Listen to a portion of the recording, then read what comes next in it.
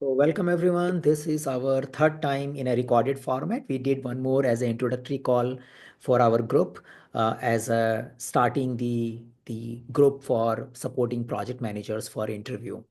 So as a usual format, you can suggest your idea, your question in the chat, and we can ask people to vote for it. As of now, I see one question coming in is talking about, can we talk about how to share a project SDLC in the interview setup? That's a typical question we explored last time as well, like explain your project from start to end.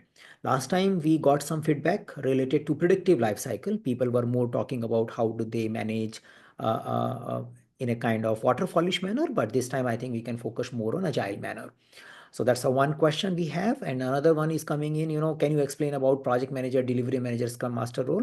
So it's another type of question you can expect where interview will ask, can you explain whatever role you are applying for? Yeah. What is your roles and responsibility? Yeah. So that's a good question. One should prepare for it. Yeah. So let me start with the first one. And as usual, I will need volunteers to speak up. Yeah, your name is not becoming visible, so don't worry. But we need to take some ideas from the group. So who would like to answer? Yeah, explain your project from start to end, maybe whichever life cycle you use, whatever you are comfortable with in the setup of interview.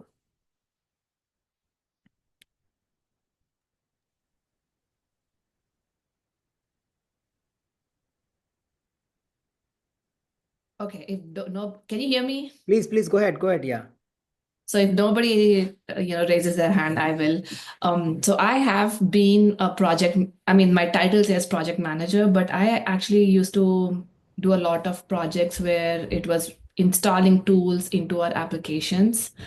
But lately, the interviews I'm getting now are like, can you walk through a SDLC lifecycle Mm-hmm. uh, for interviews?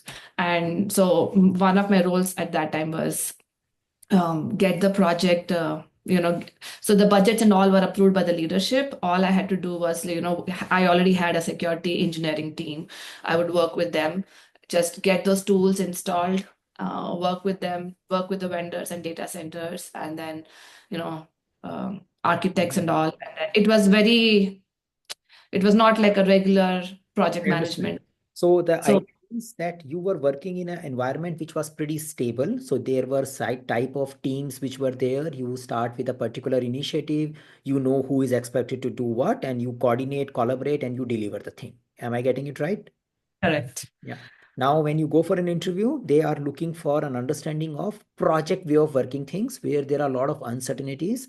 There is a unclarity about who is the stakeholder. There is no clarity about what kind of team you have to work with. You need to collect people together. You need to grow them as a team. You need to align them towards the common goal and finally make the delivery happen. Yeah. So they are looking for those project management things coming inside the content. Uh, the usual thing which we explain in our conversation is that we need to map theory and story both. So theoretically answering that this is how typically project done will not make much value. So whatever project description you are putting in your profile, you probably need to create a story around that only, but maybe need to talk about some of those elements which are more project format, more uncertain, and they show that yes, there was a impact of the project there. Yeah, so that's something one can do, but not to copy anything which is available. So for example, if we talk in the agile fashion, the agile way of working may require little different terminology, different type of teams and different way of working. If that is not visible in the profile, then it will not make sense. Yeah, so that's an important thing. Probably you need to start with how the project gets started. Yeah, the initial part of thing, not necessary to worry too much about budget. If you feel the budgeting is a complicated topic, you can say that we get a kickoff or a go ahead from our PMO or someone. You need to start the trigger point. Then talk about identifying the people around the project, identification of a stakeholders and understanding what kind of process you will follow, usually involved in any project, be it a adaptive way of working or predictive way of working. So talk about those instances where you collected those stakeholder identification, list of those people. Conducting a kickoff meeting is a good idea. Irrespective of life cycle, conducting a kickoff meeting is a good idea. So conduct a kickoff meeting and then Maybe you can say to reduce the complexity that my team is usually allocated to me, so else it will bring more complication. And then you Okay. focus on that, okay, how do we explore the requirement? Now that also depends upon the type of work you are doing. Is it well defined requirement, or requirement emerges over a period of time? Do you take a sign off on them, or you just keep working and do incremental delivery? So finalize, how do you want to present it? You want to present it as a waterfallish manner where you want to focus on identification of a requirement, taking a sign off, and then planning the work. Yeah. So, and then finally executing and delivering it. This kind of question is usually a kind of a effort from an interviewer to understand the overall type of things you were involved in. Yeah, because it is putting an open-ended question, and based on our answer, they probably will be understanding our experience, and other set of questions can come. Yeah, so that's how we should be approaching the question. Yeah. Yeah. Yeah. So So one of the questions I had was like, how do you manage scope creep? yeah, so So for again, us, it depends upon the idea of if you're following predictive life cycle, yeah, the okay. story will be different. If you focus on adaptive life cycle, the story will be different. So when you say that I have an initial agreement on the requirement and then we take a sign off on it, then you will be following predictive life cycle approach like a change control process. You will defining the change control plan, you will have the thresholds identified, and whenever something comes up asking you something which is not part of the baseline, you will take a approval due process. Yeah, that's a predictive life cycle. But if you work in the agile way of working, then this concept becomes very irrelevant or very less relevant, because you manage the understanding with the help of continuous demo. So you have a iteration review, you have a demonstration, the product owner prioritize the work, and then we move forward with that. Yeah. So most likely they were mapping your experience to predictive or waterfallish manner, and they wanted to understand how do you manage stakeholder expectations, how do you handle them when they start asking things which are not part of your scope, and how do you define your scope. Yeah, so that kind of questions they are asking to you. Okay. Thank you. Good. So in general, what we tell is for all of us, we tell that we need to match theory and story. Giving a default answer may not make sense, but we need to focus on something which can fit into the scope. Yeah, that is something is the case. Let me go ahead. Go ahead. Yeah, you can lower the hand and start speaking. Yeah. Yeah, hi Saket. Yeah. So Samir this side. Yeah. Go ahead, please. Basic query. I am into PMO role, and I need your suggestion, maybe your guidance also. How about me going into PMP certification? The plan which I have thought is PMP. Then after that, something into Six Sigma and AI combined. So all these So things are possible. In correct. fact, we have a tomorrow 1 hour dedicated session for PMP. Yeah, similar like this. Yeah, where Okay. I will explain what is PMP, how the content outline is, and how Mm. one can prepare for it. It's a free session the way we are doing right now in the similar manner. Yeah, but in a quick summary, I can say the PMP certification is basically designed for project managers who wants to get the theory of project management right. That's the simplistic manner I can put it. And it talks about various aspects like managing requirements, scope, cost, and various other things. Current PMP exam also contains good percentage of agile in it. So there is a good amount of agility related content as well. Yeah. Join us Yeah. tomorrow, So maybe more about it. Yeah, it's a more detailed session, purely 1 hour on PMP. Yeah, that's the only thing we will talk. I Yeah, but I know. Thanks for this. I have already registered for it, great, and I great. was having a chat with your team over the WhatsApp.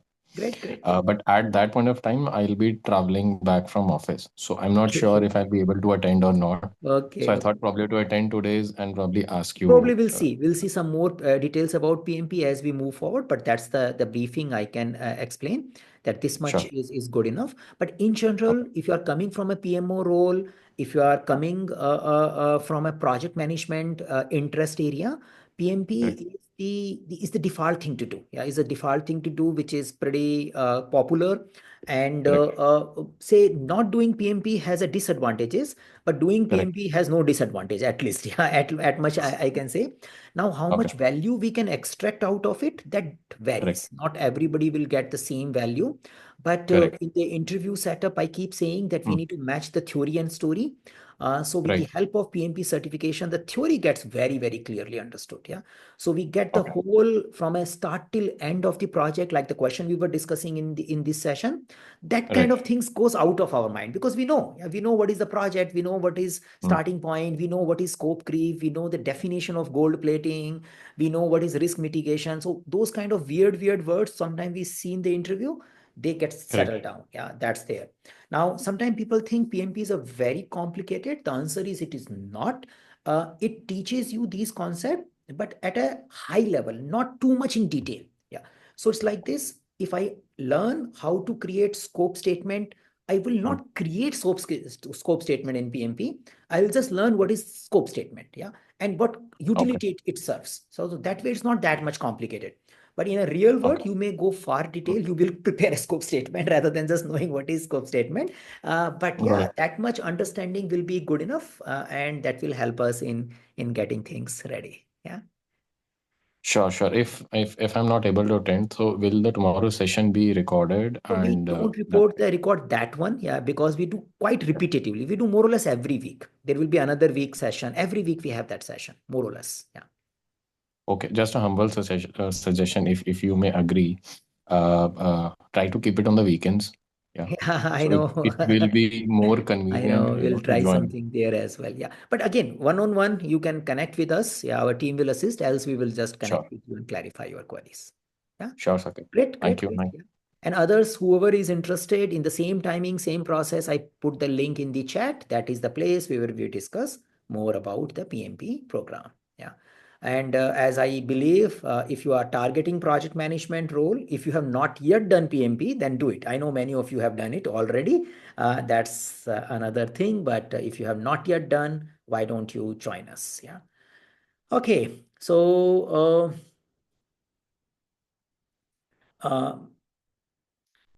going forward, yeah, so there was a question, can you explain the project manager role, or can you explain the role you are applying for?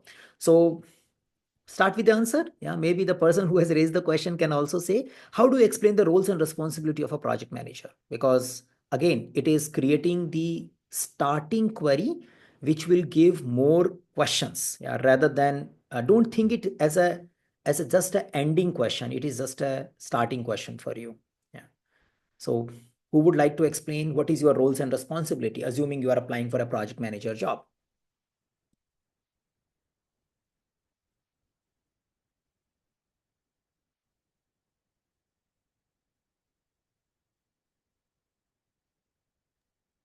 Go ahead, go ahead. Yeah. You only go ahead this time. Yeah. I can't hear you, Monica, if you are speaking. I was not, but scope, budget, and time frame.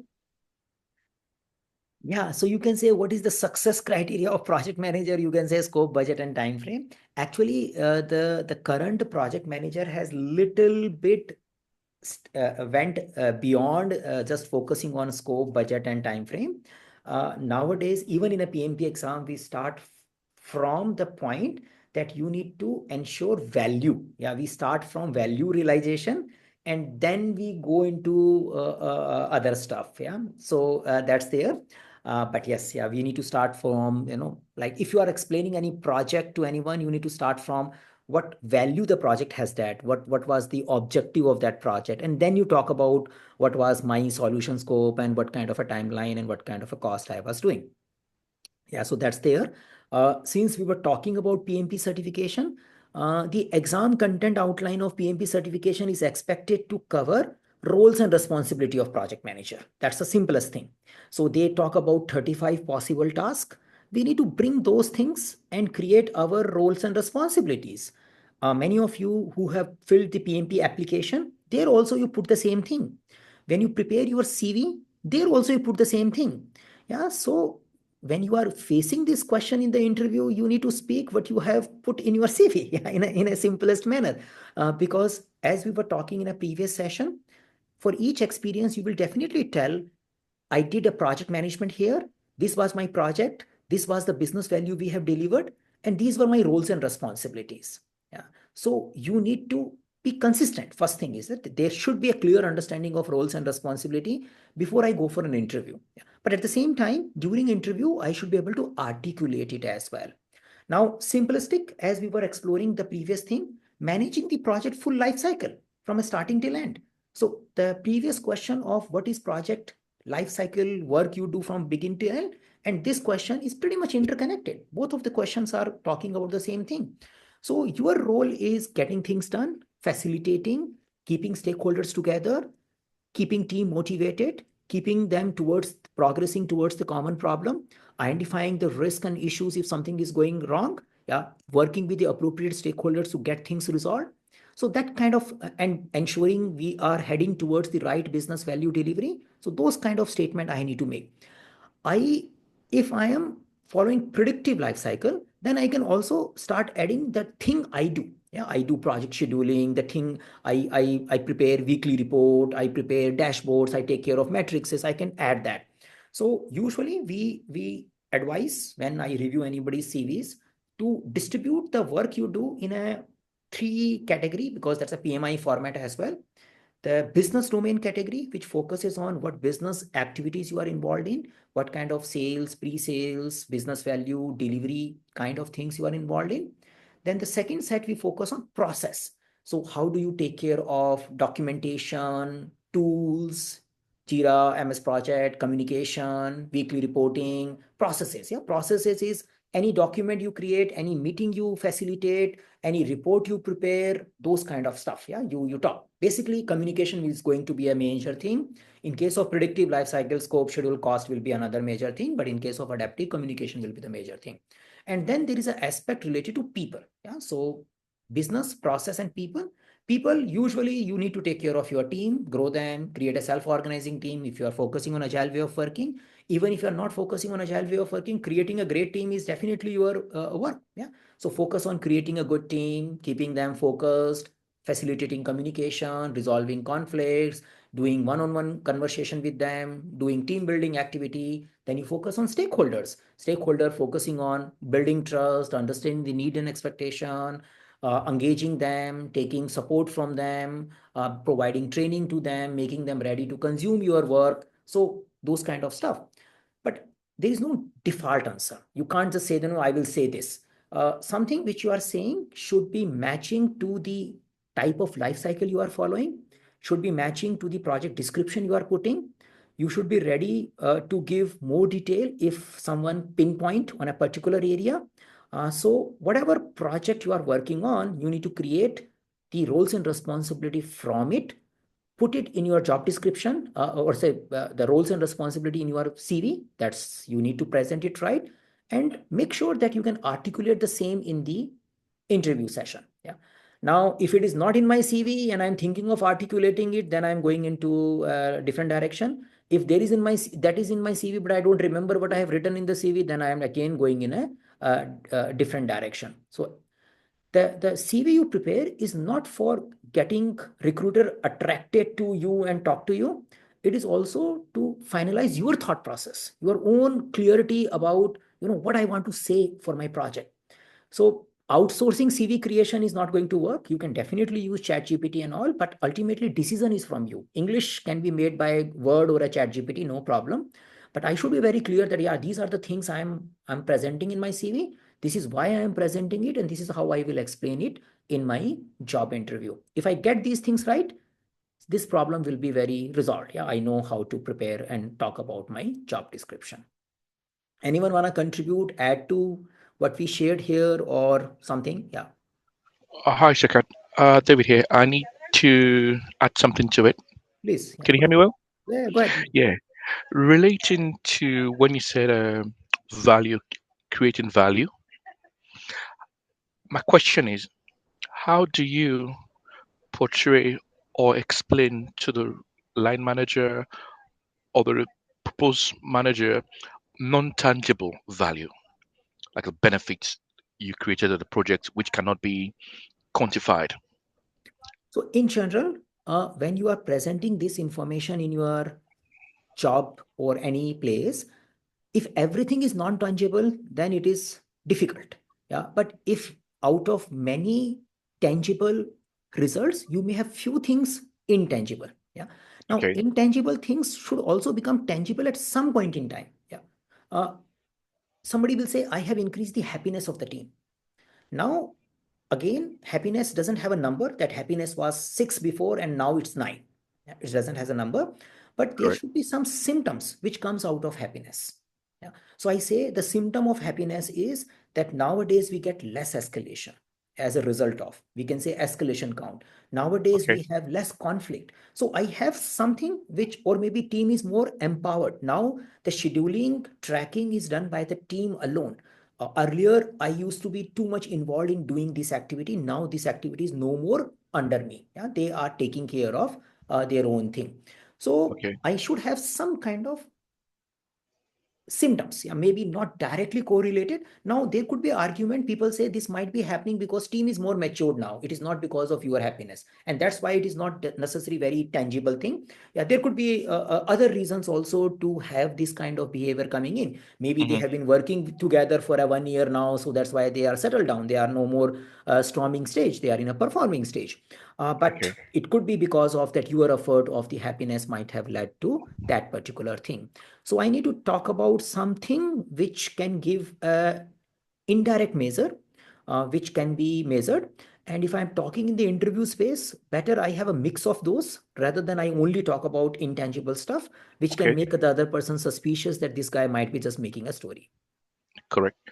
Then the follow-up to that is in a project management CV or project manager CV, from your experience, how many pages do you require if you have maybe 15, So 20 I years think, experience? Is no, it no, two? Some people say 2 pages, some people say I know. three, I four. don't think there is any standard for it. Yeah, but I know 2 to 4 is the common range we hear. The maximum we hear 4, minimum we hear 2. Yeah, that's there.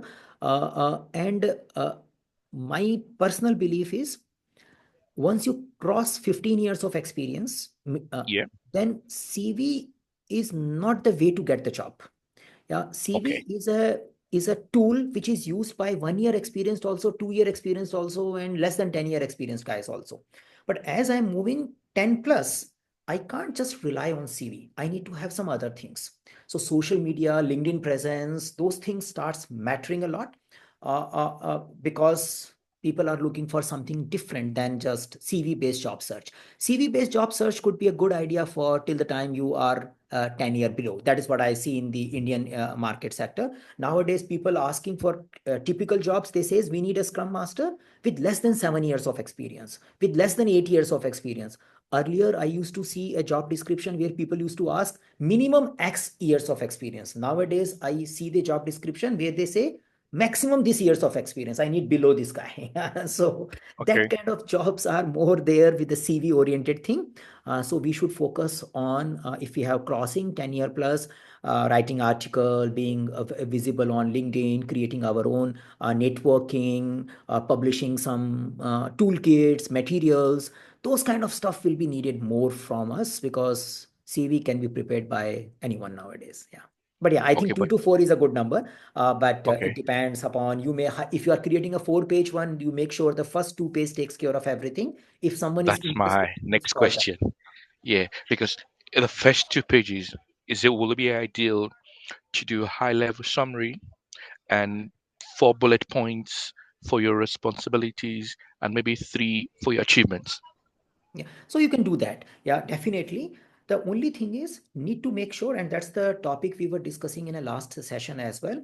Need to make sure whatever description and summary I am adding, it Mm, also has some background facts. Yeah, it has some substantiate coverage. It shouldn't happen. I say that I'm handling multi-location, complex programs, more than 100 plus people. Okay, I said that. But in my CV, it is not shown that a given program where more than 100 people are involved and where 5 geographies are involved. That program detail is missing in the CV, but in the summary, I have said that I have taken care of complex program with 100 plus people. Now, if I just write there, someone, maybe my CV gets selected for first pickup, but when someone reads it, he will say, oh, but this thing is not coming anywhere else. It is just coming in the summary. So if I am creating a structure, I definitely need to put a professional summary and key skills, but I need to also talk about my key projects or achievement in such a manner so that the thing which is the core for me, get with some data, facts, which build trust in the recruiter that this guy is not making story out of it. He has just not got the CV made from someone. He has those details. So I put that information, and then I have a LinkedIn URL. People can follow my LinkedIn URL and find more details about me. Usually if I'm hiring someone at a 15 plus years experience, before giving a call, I may do a little bit more research about the guy. And I will click on the LinkedIn URL if I'm serious about recruiting this person. And if you are targeting 20 plus years of experience, most likely the person will go through that. Nobody is going to just give you a call after seeing your 2-page CV, because they don't want to waste your time and their own time. So they will go and see more research about it and then make a summary. Nowadays, tools are available. Some recruiters use which can create a summary out of a person's LinkedIn profile. So those tools might be used for more advanced learning, but they will need some more data which is not coming from you, which is coming from somewhere else, which tells that you have these skills. Yeah, especially if you start crossing 15 to 20 year brand. Yeah. All right. Thank you very much. Great, great. Anyone want to add here? I'm just sharing some of my observation, but if you have been through some interviews and faced some of these issues, you can please share or maybe observe something like that.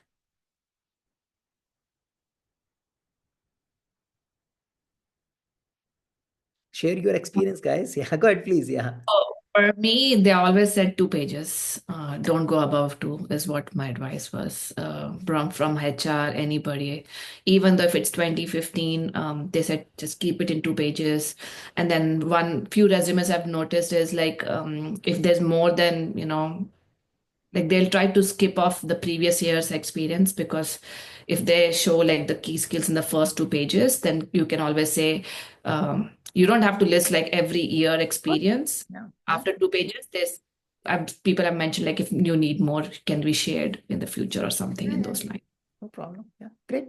So first 2 pages or first 1 page should take care of the essential information. If you need something, you can think of fallback, or maybe you even if you are adding 4 pages, but be ready, the person may not read the page 3 and page 4.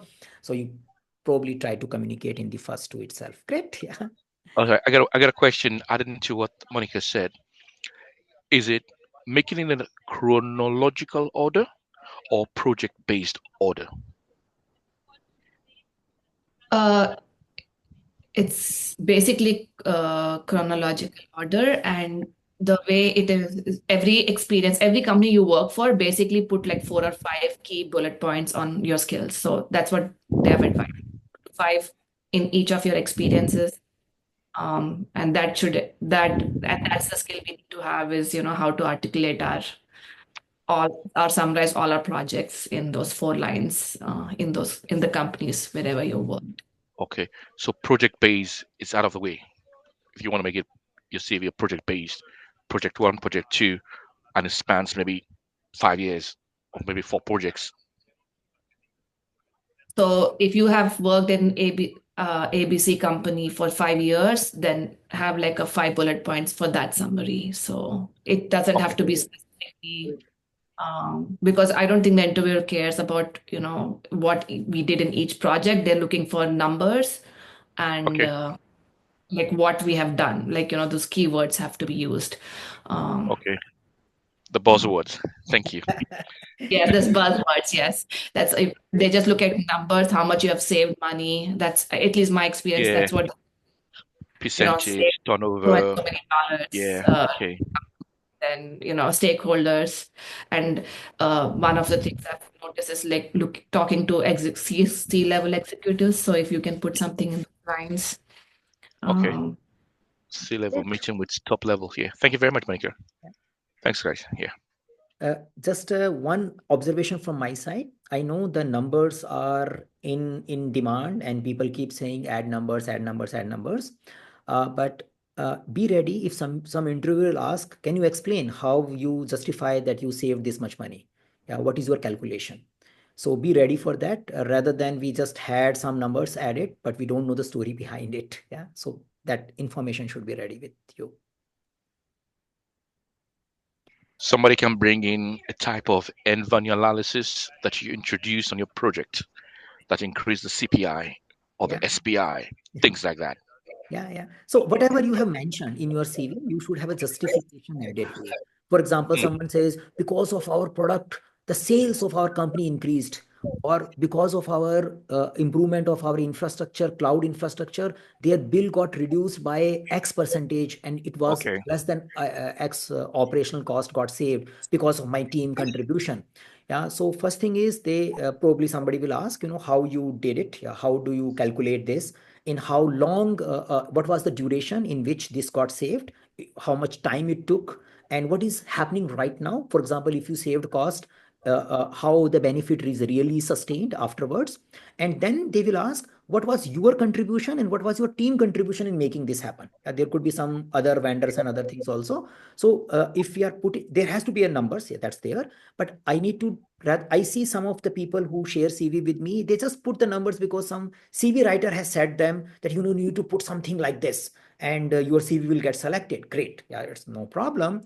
Maybe you get a call, but afterward, you also need to have a little story behind it to support that. If that is missing, then it could be a little challenging. Hi, Thank you very Satyam. much. Go ahead, To Rishit. add on to this, in my CV, I had added that by doing some analysis, we could reduce the operational cost by 10%. And in a recent interview, I was asked, how do you measure it? Uh, so since I had the story behind it, like I was given a product and they had asked us to decrease the contacts by 45% end of the year. So when we did a thorough analysis of the incidents request coming in, and we worked on automation, and we decreased the incidents by 45%, which resulted in 10% decrease in the operational cost. Great. And also we worked on automation, like one of our team which was working on operational readiness part, and we thought most of the work that was being done manually, we needed 3 people at a time to access the requirement and everything. We worked on it and we made the complete process automated, which resulted in resource reduction as well as time, which Great. saved around 20 to 30% of the budget. So that kind of story, yeah, that kind of story should be good, and hopefully the interviewer got the answer, yeah, at least from this. Great, thank you for adding. Yeah, so yes, many time you will see this the CV advice, put the numbers, put all these things. But yeah, good to have a story behind it. Think of a situation where there is some number and you are clueless when somebody asks you, how you did it, then it can be a little dangerous. Yeah. In order to do it, study your CV well. Yeah, you present it well. Anyone else want to add to the conversation about this before we move to the next thing? Yeah. So what we have done till now, we spoke about project lifecycle end to end. We spoke about a little bit about PMP in between. And then we spoke about the things related to how do you explain your roles and responsibility. So it should be matching. Then we got back into putting things in the CV, but it's connected. Whatever you are explaining as a roles and responsibilities also present in your CV. We started talking about not too much to focus on budget, cost, and timeline and scope alone. Focus on value delivery. Further, we extended the conversation. We realized that, yeah, many of you are focusing on putting value delivery in a very quantifiable manner in your CV. And we had a conversation where we also spoke about that you should have a justification behind those number rather than we just put the number. Yeah, that much we have covered, I think, till now. I'm just watching the chat in a meantime if someone has something else there. So PMO versus Program Realization Office, I don't have any clue, and I don't think this will be a question for a project manager interview. Yeah, because until unless you have that, yeah, in your company. Go ahead. Saket, over here, I would like to ask, like, is it okay? How do we present a project uh, uh, like uh, today we had a conversation, right? Most of our projects were tool implementations. It was not related to SDLC, but yes, we do interact with developers and everybody. Recently in one of the interviews, they asked, like, we have 59 applications and we are going to migrate the tools. Okay, as a project manager, what will you do? But normally in our organization and what we have worked on, we don't do the analysis. It is just given to us and we just work with the stakeholders to get things done. How do you put Yeah. across such So see, situation? the example you are talking is not covering the all stages of the project. Yeah. Now there is a possibility in some organization that we are joining at a later stage of the project. Yeah, there is a possibility. But when we are looking for a job, maybe the recruiter is looking for a person who can take care of a little wider range of project activity, which is starting from identification till closure. Yeah. Now, exactly your starting and end point will vary in the organization or as you start working later on as well. But by default, projects are expected to start with high level understanding of the requirement only, not a detailed understanding of the requirement. And we are expected to come up with a detailed understanding of requirement, various alternatives, various solution, various estimation, and then only we will go to predict how long it will take. We need to take a buy-in from the stakeholder that is it okay to do it in this particular time. There is a possibility of new ideas coming in between, and then we finish the delivery. Yeah, so that's the overall life cycle. The one of the must thing one can do if this is becoming a problem to understand it from a theory perspective with the help of PMP certification. That's the easiest thing one can start with, because there you will learn what is typically project manager expected to do. Now you might be doing, so we have a 35 task in our PMP content outline. You might be doing only 15 tasks out of it in your job, but you cannot say that everybody does only those 15 tasks. There are few who might be doing 25 tasks out of 35. There are few maybe doing 25 here and 10 something else, which are not there in the exam content outline. But when I get that set of 35 tasks in my mind, it becomes little easier for me to sense and speak in the language which might be needed in the interview. Yeah, so that's the recommendation I can give.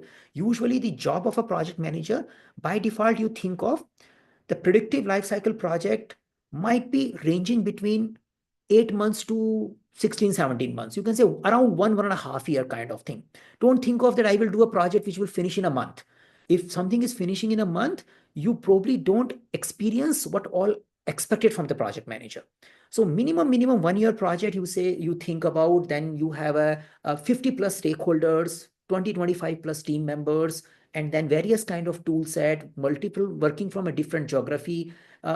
That is the minimum expectation we should have in our mind when we are saying that I'm a project manager. Yeah, so that kind of thing is better to be learned at least theoretically, and then we start seeing those experience also accordingly. Yeah. Can you have a case study on such kind of situation? Yeah, so as I said, the whole PMP content is about that, yeah, because it is the whole thing. Yeah, it's a whole thing which starts from begin till end. So it's a 35 hours of content is around that, yeah. So you learn the whole thing here.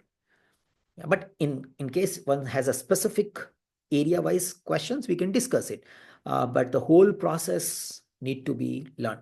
And actually, as I said to the previous explanation, I think in response to Samir's, even in the PMP, the 35 hours are superficial. I won't say they are detailed. Yeah.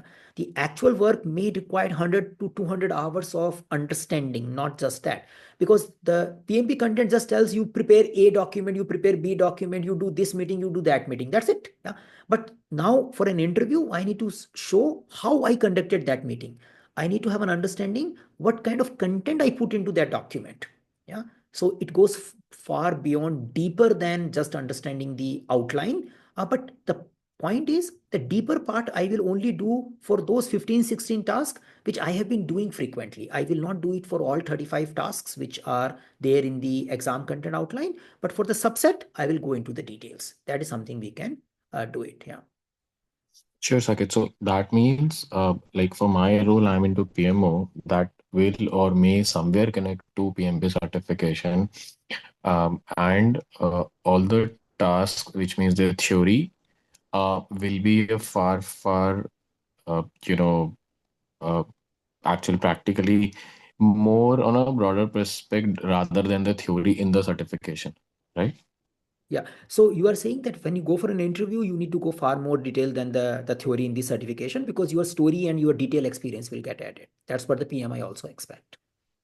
Correct. Right. Thank you. Right. So Mira, looks like you were unmuting few time and you want to speak something. I'm just guessing. Yeah, in case you are, then please go ahead. Yeah. Okay, sure.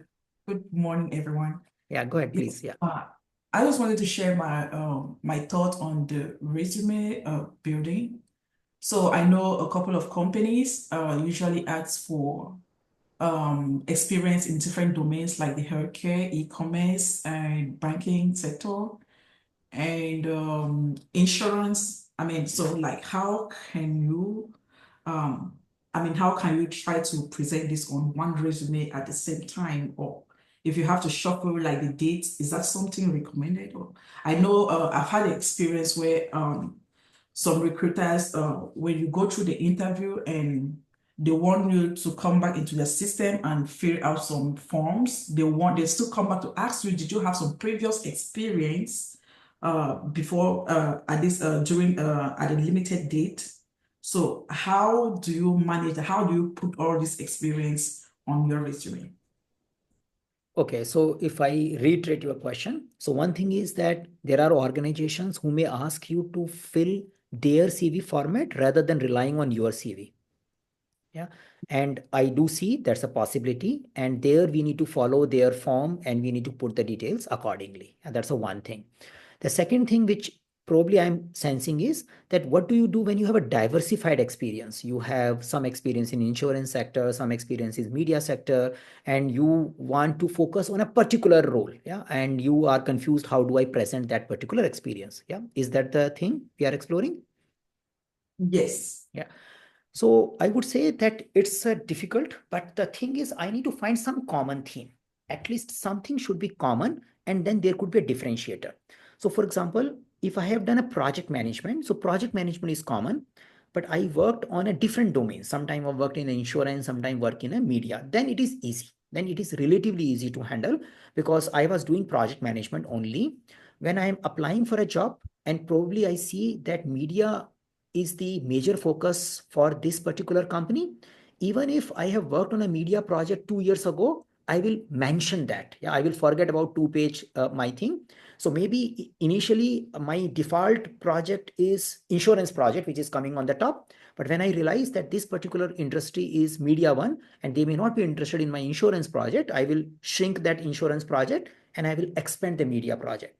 If I see that this particular country or the company is working on this particular geography or maybe a part of the world, and if I have done work with that part of the people, then probably I will put that particular details there. So in a simple word, I say that I will have a basic structure of my CV which will remain intact, which is also available in my LinkedIn. So I remain consistent. I'm not playing here and there. But the amount of project details I add, I can plug and play. I can say, okay, when I need to focus on media, I will expand this part of my experience in this summary as well as in a project detail. When I need to work on insurance, I will present in the summary and this part of the project detail. That much tweaking I can do. But if I create a totally different CV, then I need to be ready because there could be other ways of validating information, especially if you are going for senior role, and then it will create a conflicting information for the person. Thank you, Saket. So on the date, the years where you acquired this experience, how do you manage that? No, so you need to put the right dates. Yeah, that's there. Yeah, you need to put the right dates because be ready that it may get cross-verified or until unless you have a mechanism of making sure the cross-verification will also be taken care. Yeah. So your CV, your LinkedIn profile at a structural level should be consistent. Yeah. But you can play inside the content. Yeah. You can't say that I worked in a company in a CV and you say that you worked in a B company during that timeline on a LinkedIn. Then it will create a problem. Yeah. So something should be consistent, but the details can vary. So for example, you might have worked on an insurance project 3 years ago, and now this company currently from last 2 years, you are working in a healthcare domain, but this particular job description is talking about insurance project. Then you bring in your professional summary the insurance project experience and terminology. You highlight that project more, and you may not talk much about the current healthcare projects you are working on, even if they are recent. Yeah, you will put the old date only. You will say that I have worked 3 years ago only, that much you will put, but you will highlight that portion more now. Okay. Yeah. Thank you. Hi, Isaac. Just is an add-on to what you said. What I do, I don't know if other people can learn from it. I have one CV document pages, experience company 1, experience company 2, experience company 3. I put all the skills there. It's a data bank. So when I want to do any application, I don't change that. So when I want to do any other application, I go to the job, pick the requirements there, and mix match it. So I create a different CV for each job. Great. Yeah. That's Then it. also to add, you will advise we should use a 3 main domain now: the business, the people, and the process. Previously, I was using the old PM Box 6 methodology, the 10, from integration to cost, scope, schedule, all the way down to procurement, the 10 knowledge areas. That's what I do. So anybody can, I don't know if it's right. Some people can copy it or not. I don't know. What do you think about that? So PIMBOK 6 terminology is not that much common because word has moved on. And Yeah, because we have more stress on value delivery, we have more stress on engagement with people. And usually the processes are hybrid now. But again, you will see that coming out in a job description as well. So if you are matching it as per the job description, mostly you should be going right, because I'm hoping that you will only speak about the things which are there in the job description. Yeah. correct. Perfect. And then it will be aligned anyway. But yeah, this is how you see if it is matching with the job description, you are good. Yeah, because they'll talk about stakeholder management, they talk about communication management, they talk about value. So within value, I bring out my cost analysis, how I'll use a lean example in doing the project, things like that. Perfect. Yes. Yeah. Good. We are approaching Thank towards you. the final points. Yeah. Yeah, Please go. yeah. Hi, Sakat. This is Isaac. Good, Isaac. Yeah. Yeah. So, what is the like? We are being asked for technical managers, right, and non-technical managers. So, what is the expectation for a technical manager, or how much is the technical experience play in a project manager's role?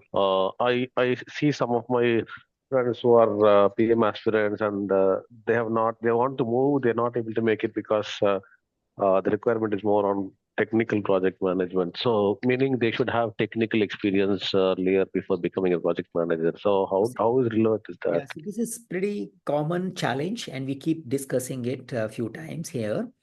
So usually when you have a team orient, let's keep the project manager word little aside. Yeah, let's say leadership role. Yeah, let's say leadership role. So we have a multiple leadership role. You need a leader at a team leader level. You need a leader who can help us in doing stakeholder leadership and business value delivery. And you need a leader at an organization level it also. Yeah, there are organization business head and there are organization level leaders also. So we have a leadership. Now, a different leadership required different type of competency. the common essence of leadership is everywhere. You should be able to good with the people. You should be able to inspire people, motivate them. You should create a good team. That content will be remain for the CEO also, for the team leader also. So there is something which is common as a leadership. But for a team leader, the leadership is more tactical in nature. He or she is more working on the execution part. Yeah. So the group and organization who are looking at team level leadership guy, they want that person should be able to speak and do the things which team is doing, so the team can really respect this guy and get inspired with him, and he becomes a one of them.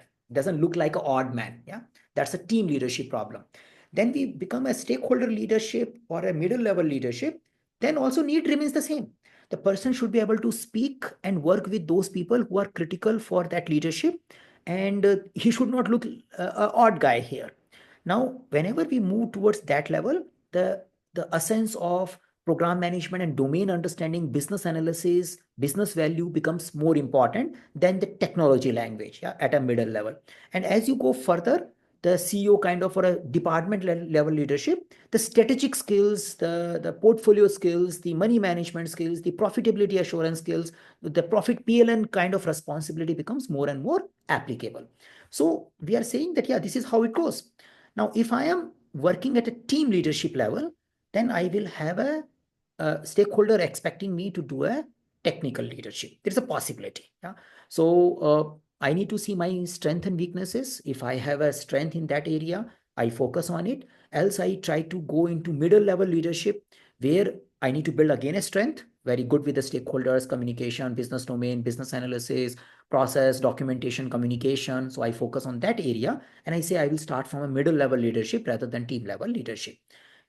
90% of the project managers I see coming from team leadership background. So they do technical work. They were developer themselves. After some time, they become a team leader. And after some time, they start taking project management responsibility, and gradually they start moving there. That's a usual trend. I can talk about myself. That's what I have done it.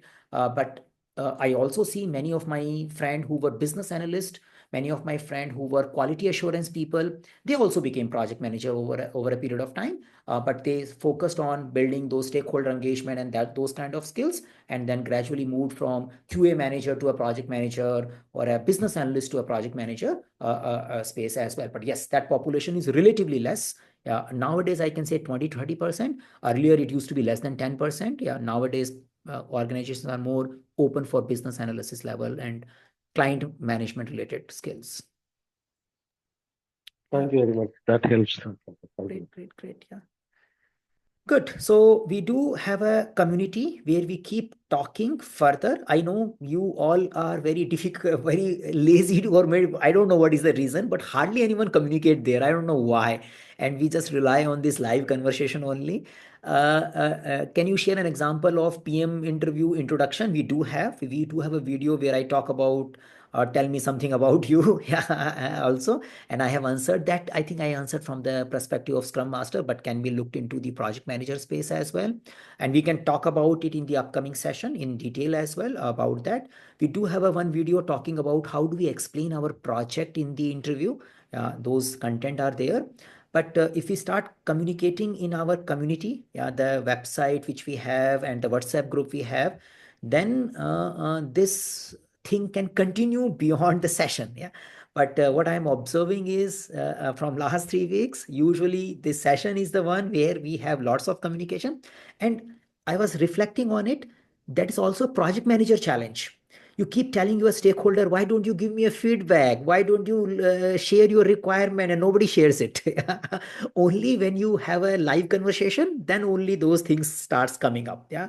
So we usually see, that's how we need to do a little more stakeholder engagement to get them moving. And as a project manager, you keep talking live interaction, but you also keep reminding, why don't you send an email about this also sometime? So you don't have to wait for me to come. So the same I am trying to do from last 3 weeks. I don't know when I will succeed to make people send information and talk beyond the live session. But that's going to be the challenge for all of us, in day-to-day working as well. Mira, you unmuted. You want to say something, or it was just like that? I just want to share an experience on on the percentage lockers, like we're building the resume and we're trying to put the percentages on the cost savings that we did on a project. So I recently joined a team, a new team, and they are working. So it's they are doing a kind of Scrum Band. So they're trying to transform from waterfall to agile. And when I joined this team, they're doing a manual testing, so they don't have any tool for automation. And I was kind of suggesting that their goal is good because they had a lot of defects coming back from production when the application went live. And I was suggesting for them to get like an automation tool like Selenium. And I mean, it was actually taking time for the company. So they actually got one. And with the implementation of the automation process, I mean, they actually saved a lot of cost because the number of defects actually reduced, and there was a fast delivery Great. to Yeah. end user. Thank you. So we got multiple stories today for the augmenting the numbers, and great. Yeah, this is a great way to explain. And yeah, so when you have a real experience, it becomes far more easy to explain it. We just need to be ready to share it. Sometimes you have an experience, but you don't articulate it well in the interview. But if you think about it well in the advance, then such kind of number are very big strength for you. Great. Thank you. Yeah. Great. So here we are concluding this hour of conversation. The recording will be available in our channel soon. And if you have not yet joined our interaction community, please join in. This community is also connected with the WhatsApp group. You can probably interact in that group as well, and they have some mechanism of keeping both these things seamlessly connected. If you choose to do that, you can directly join the WhatsApp group also if you feel that it is difficult to locate all these community and in the internet. Yeah, so you feel WhatsApp is a better way of doing it. You can do that. That's also a possibility, but just think of communicating beyond this live event. And I'm not the only one who should be providing answer. Yeah, you have such a information today. We got so much good sharing. Yeah, so better we continue. And the idea which I shared is we need to be more communicative, creating more evidences on the internet, and probably you can start it from here, yeah, in a small group, and then gradually you start sharing and speaking on LinkedIn and various other social media platform. That will be a good idea. Yeah, so I shared the link of the WhatsApp in the chat. Please follow it. Yeah, and yeah, that is something is great. Great. So see you next week. Yeah, hopefully we'll talk more. And I know a lot of pending ideas, but we continue. Yeah, and some of the ideas, if you share further in the WhatsApp group or in the community, I will share if we have a video available for those content. Else we'll talk once we come again next week. Yeah. Thank you, everyone. Thank you for Thank you very joining much. in. Thank See you. you. Thank you. Thanks all. See you later. Bye. Thank you, Second.